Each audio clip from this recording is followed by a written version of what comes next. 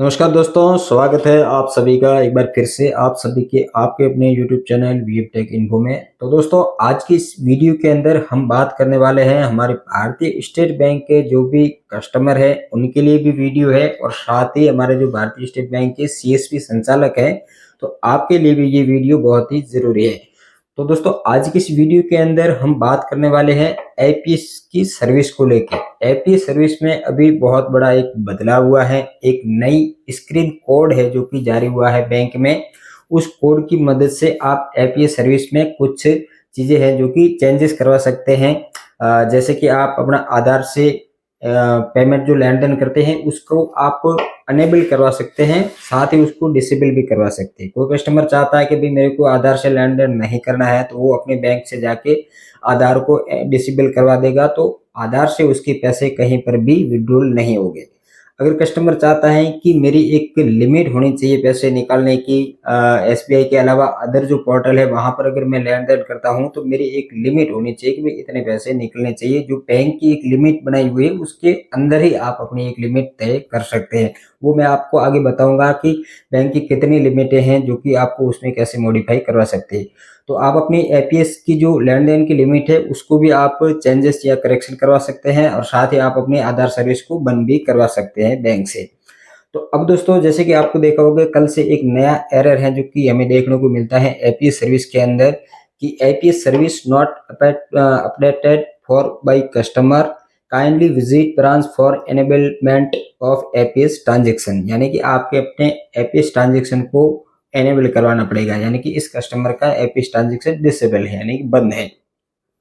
तो अब इस तरीके का अगर आपको एरर आता है तो उसको आपको कौन सा फॉर्म भरवाना है, किस तरीके से आपको उसको ब्रांच में भेजना है। और साथ ही दोस्तों, ब्रांच के अंदर भी काफ़ी सारी ब्रांचों के अंदर अभी स्टाफ को पता ही नहीं है कि जो नया कोड है जो कि आया है उसका उपयोग किस तरीके से करना है। तो ये चीज़ आपको ब्रांच में जाके बतानी होगी, या फिर जो भी गाइडलाइंस है इसकी वो आपको ब्रांच के जो स्टाफ है उसके साथ शेयर करके आप इसका डिस्कस करके ये सिस्टम आपस में समझ सकते हैं, और ब्रांच वालों को बताएंगे तो हो जाएगा। तो मेरे यहाँ भी कई कस्टमर इस तरीके से 2 दिन से देखने को मिले, तो आज मैंने इसका जो भी प्रॉब्लम है वो सॉल्व करवाया, फॉर्म भर के ब्रांच में भेजा, और साथ ही उसके बाद ब्रांच की में जाके हमारे जो कैशियर सर हैं उनसे मिल के जो नया स्क्रीन कोड है 069 कुछ इस तरीके का है, तो उसमें किस तरीके से वो पूरा अनेबल वगैरह करना है, तो वो सारा प्रोसेस उनको स्टेप बाय स्टेप उस पीडीएफ के अंदर अपने देख के समझा। तो उसमें अनेबल करने के बाद कस्टमर की जो सर्विस है पुनः चालू हो चुकी है।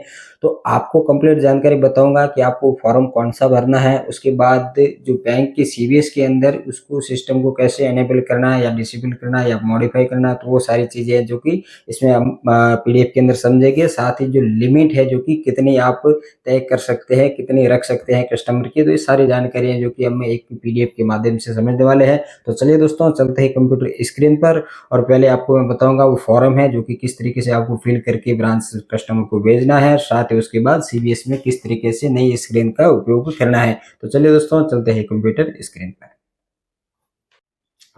तो दोस्तों, हम आ चुके हैं हमारी कंप्यूटर स्क्रीन पर, और सबसे पहले दोस्तों हम देख लेते हैं जो एरर हमें देखने को मिलता है। तो आप यहाँ पर देख सकते हैं इस तरीके का एरर है जो कि हमें देखने को मिलता है कुछ कस्टमर के। अभी जो सभी की ये प्रॉब्लम नहीं आ रही है, लेकिन कुछ ऐसे कस्टमर है जिनकी ये प्रॉब्लम आ रही है।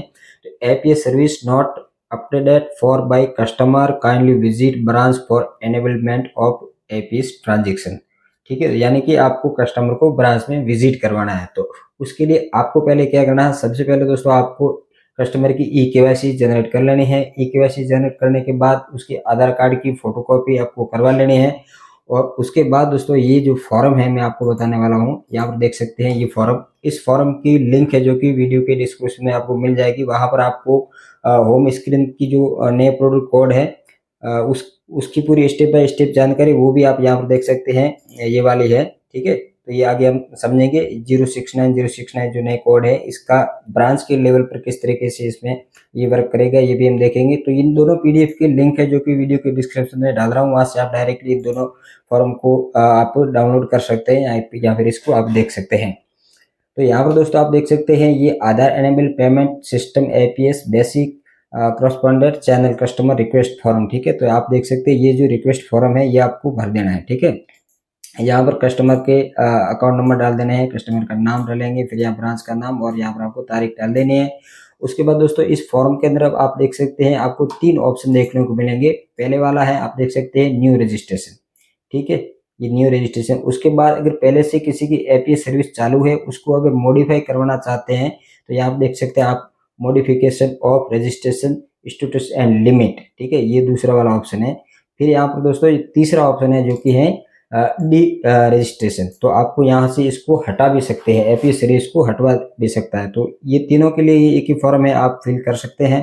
कोई कस्टमर अगर चाहता है मुझे एपीएस सर्विस बंद रखनी है अपने खाते में, तो वो बंद भी करवा सकता है। और लिमिट की अगर बात करें तो दोस्तों यहाँ पर बैंक के द्वारा जो लिमिट है एपीएस की ऑन्स ट्रांजेक्शन लिमिट 50 रुपये से लेके मिनिमम 50 रुपये है और मैक्सिमम 30,000 रुपये है। यानी आप समझ के ऑन्स यानी कि हमारा जो एसबीआई की जो सीएसपी पॉइंट है वहाँ पर कस्टमर अपनी लिमिट है जो कि 50 रुपये से लेके 30,000 रुपये के बीच रखवा सकता है। वो उसकी मर्जी से वो रखवा सकता है कि मेरे एसबीआई सीएसपी पॉइंट पे इतने पैसे निकलने चाहिए। और दूसरी बात है दोस्तों, यहाँ पर बैंक ने जो ऑप्स ट्रांजेक्शन की लिमिट रखी है, ऑप्स यानी कि अदर पोर्टल, कोई भी एसबीआई के अलावा जो एपीएस के अदर पोर्टल है उसके अंदर लिमिट है जो कि 50 रुपये से 10,000 रुपये तक की लिमिट कस्टमर रखवा सकता है। तो ये होगी लिमिट की बात। उसके बाद दोस्तों यहाँ से उनको लिमिट डलवा देनी है या लिख देनी है, जो भी लिमिट यहाँ पर अपनी सीएसपी के लिए आप 30,000 पूरी रखवा देनी है और अदर पर है जो कि 10,000 तक लिमिट रखवा देनी। तो आप कोई भी कस्टमर अदर एपीएस से 10,000 रुपये तक लेन देन कर पाएगा, हालांकि पहले भी कर रहा है, लेकिन इसकी लिमिट अगर कोई घटवाना चाहता है तो घटा भी सकते हैं। और ऑप्स वाला अगर बंद रखवाना चाहते हैं तो बंद भी रखवा सकते हैं, ठीक है। तो ये हो गया। उसके बाद दोस्तों ये फॉर्म है आपको फिलअप करके यहाँ पर कस्टमर के है जो कि सिग्नेचर करवा देने हैं। उसके बाद कस्टमर को आपको भेज देना है ब्रांच के अंदर। ब्रांच में जाने के बाद दोस्तों यहाँ पर आप देख सकते हैं ये जो नई स्क्रीन है 069 ये इस तरीके की स्क्रीन ओपन हो जाती है, ठीक है। यहाँ पर देख सकते हैं आप इस तरीके से की।